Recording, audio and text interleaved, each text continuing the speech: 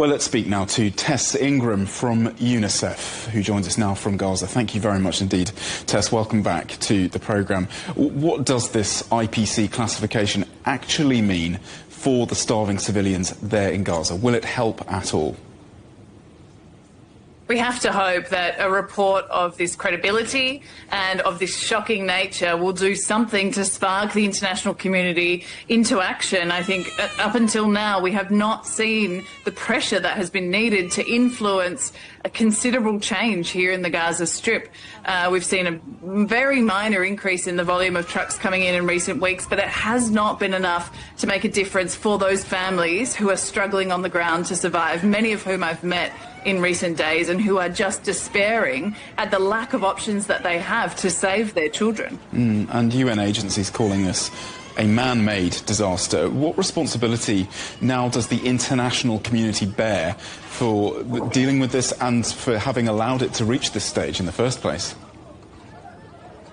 It is a shame on the international community. This occurred on our watch, despite many warnings, despite considerable evidence. We have both data and, this famine, as it has been unfolding, has been live streamed into people's living rooms around the world. There are no excuses. This is something that was preventable, but we failed. And in doing so, we have failed Gaza's children. Already more than 110 children have been killed by hunger-related causes, and that number will continue to rise for as long as we fail to address the situation.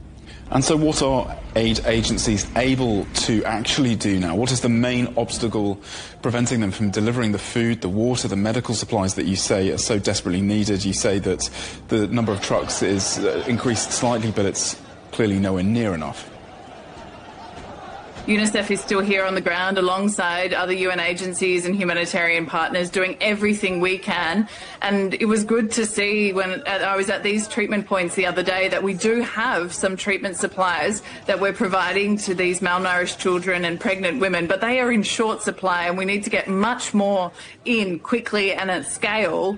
The key barrier that we face at the moment is we're operating through just 2 crossings. We need all of the crossings into the Gaza Strip to open to trucks to allow us to bring in aid at scale. And then we need better operating conditions on the ground. One of the hurdles that we face is our ability to go and collect aid from the crossings. They're not a drive-through. We can't just go whenever we want. We have to seek permission from the Israeli authorities to access those crossings, to collect the aid and then take the aid to the families that need it. And often those trips, which are just a few kilometres, can take up to 20 hours because of impediments and delays that are put in front of us. So we need better operating conditions on the ground to make a difference, and that has to happen soon, because the more that our efforts are thwarted, the more we will see children suffer. And if that happens soon, and I know it's a big if aid access does now improve at scale, how long would it likely take to start to reverse famine conditions? It's going to take time, because this is an entrenched deprivation in almost 2 years of a conflict where aid has been insufficient for almost the entire period, other than the ceasefire that we had earlier this year, where we managed to get in 600 trucks a day. So we've proved that it's possible to facilitate that volume of aid. We just need those crossings to open, and we just need the conditions on the ground. The UN knows how to do this work. We must be allowed to do our job, because children's lives are at stake. Many humanitarian organisations are calling for an immediate ceasefire, of course. How essential is that to averting further famine deaths, and are people still being targeted at these aid points? A ceasefire is the best way for us, 1, to ensure that our operations can be enabled, and 2, to protect children from being killed and injured. The bombardments continue here in the Gaza Strip, killing and injuring children every day. And as you've said, children have been killed and injured while seeking access to aid, including a few weeks ago at a UNICEF-supported nutrition supply site where children were waiting for supplies. 9 children were killed, and that has to be completely unacceptable to the world. So as is a possible offensive in Gaza City, in a place where, of course, we know that famine has now been classified, that has the highest levels of malnutrition among children in the Gaza Strip. So a ceasefire is more important in this moment than it has been in the entire conflict. And the UN is warning of famine in the south of Gaza by next month. What's the window of opportunity to prevent that from happening?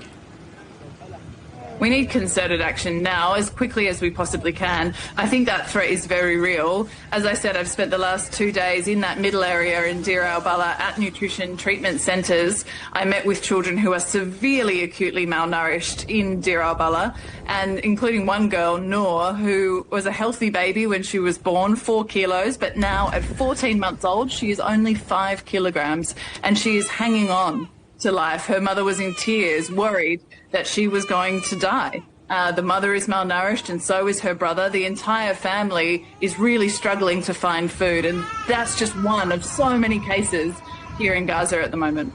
Tess, we're really grateful for you sparing the time to speak with us today. Thank you very much indeed. Tess Ingram from UNICEF.